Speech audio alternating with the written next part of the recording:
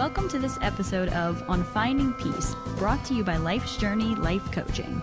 Our host, Chris Shea, is a counselor, nationally recognized speaker, and author on topics of guiding us to finding peace in our daily lives. Learn more about Chris Shea by visiting his website, www.lifesjourneyblog.com. Welcome, everyone, to another episode of On Finding Peace with Chris Shea. I'm your host, Chris Shea, and this is another episode wherein we talk about different ideas and thoughts and ways that we can find peace in our lives. Talk a lot about mindfulness and meditation, and also look at worldviews and what's going on in our world that is taking us away from our peace. You can find more about me by going to my website at www.lifesjourneyblog.com, and you can find all the information there that you need about my speaking engagements and video recordings and on air, as well as my life coaching and counseling work in Maryland. So today, for our topic, I wanted to speak to us about the anxiety that many people are feeling given all of the events around the world. And it is a sad time that we have in the sense of elections going on in the United States that are becoming very contentious. We have more terrorist attacks around the world, and some shifting around of some political players around the world who are kind of wielding their sabers, so to speak. So there's a lot going on. And when we speak, therefore, of finding peace, how can we find peace? I don't have all the answers, but I have done some writing and meditating on techniques that we can use to try to find peace. And when I talk about peace, I'm referring to the peace that we can find within each of us. I'm talking about the inner peace, not necessarily the peace that is to be found in the world, but more so, how can I find peace within me, regardless of what is happening in the world? Many people have written on this topic, and the term for this is existentialism. Probably the best book that I can refer you to in regards to this topic would be the book by Viktor Frankl, Man's Search for Meaning. But what I'm talking about when we look at how do we find peace without necessarily getting a peace around the world, but how do I maintain an inner peace when I'm very anxious about what is happening around the world? And in the work by Viktor Frankl and others within that field, they do talk about an ability that we can have wherein it doesn't matter what our situation is, we can still maintain our thoughts. We can still maintain our perspectives. The focus becomes, how do I look at inside of me and what I'm feeling, and then therefore project that into the world around me. Definitely not an easy task. I'm not saying that it is. But I really think that when we look at all the events going on around the world, and as we get more and more anxious regarding all of the events around the world, I find it very important for us, and for me, to become mindful in the sense of, how do I center myself into what is going on around me, what is going on in my world. Now, what do I mean by my world? I think when we talk about finding world peace, it becomes so overwhelming that we need to redefine world. And the way that I would redefine world is for us to look at what is the world around me in the sense of family and friends and coworkers, my community, my neighborhood. If we can stick with that as my world, then what we begin to recognize is that I can make changes in my world, and I can try to bring peace and joy and happiness and comfort to my world, because my world is something that is to certain degrees under my control. If a neighbor of mine is going through some hard times and me bringing over some food is going to help them, I've made a change in my world. I brought some peace and some compassion to another who I would hope in return does the same for someone else. So it's not necessarily that we have to bring peace to the world in its truest sense, but that we really need to focus on bringing peace to our slice of the world, section of the world. So as I reflect on this, I've come up with 7 different things that we can do to refocus, reframe, change our perspective, whatever terms that you want to use, that can help us see our world, my world, in a different light. And once I can focus on myself differently and see the world around me differently, then I start to perceive it differently and therefore act differently. And in this way, hopefully, I can find some peace within me and within the world around me. So let's take a second to review what are these 7, not really steps, I guess 7 attitudes that we can take to help us focus ourselves and change the perspective that we have. So when we start here with number 1, what I'm saying here is that we aren't alone. The struggles in coping with a world in turmoil is not yours or mine to struggle with by ourselves, because there are many people who feel the same way.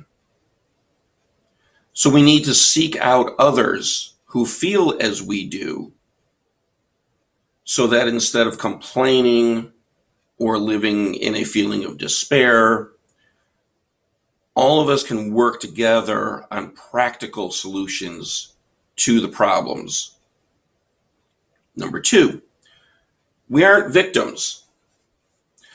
A victim is a person who suffers as a result of events which are happening to them, for which they are powerless to control. You may say that according to that definition, we are victims of what is happening in the world. But if we can change our perspective on how we define world, as I was mentioning previously, then what we can do in defining the world as consisting of my local community and my family, what we are doing is creating reasonable expectations. And in creating these reasonable expectations, it allows us to actually do something which is then resulting in an expected change. For example, it is unreasonable to set a goal to be that of complete world peace. But a goal of creating a peaceful home, work, or local community, that is a reasonable goal. Number 3, we need to empower ourselves and others, to educate ourselves about the struggles and the solutions which have been tried in the past. Learn what has worked. Look at what didn't work.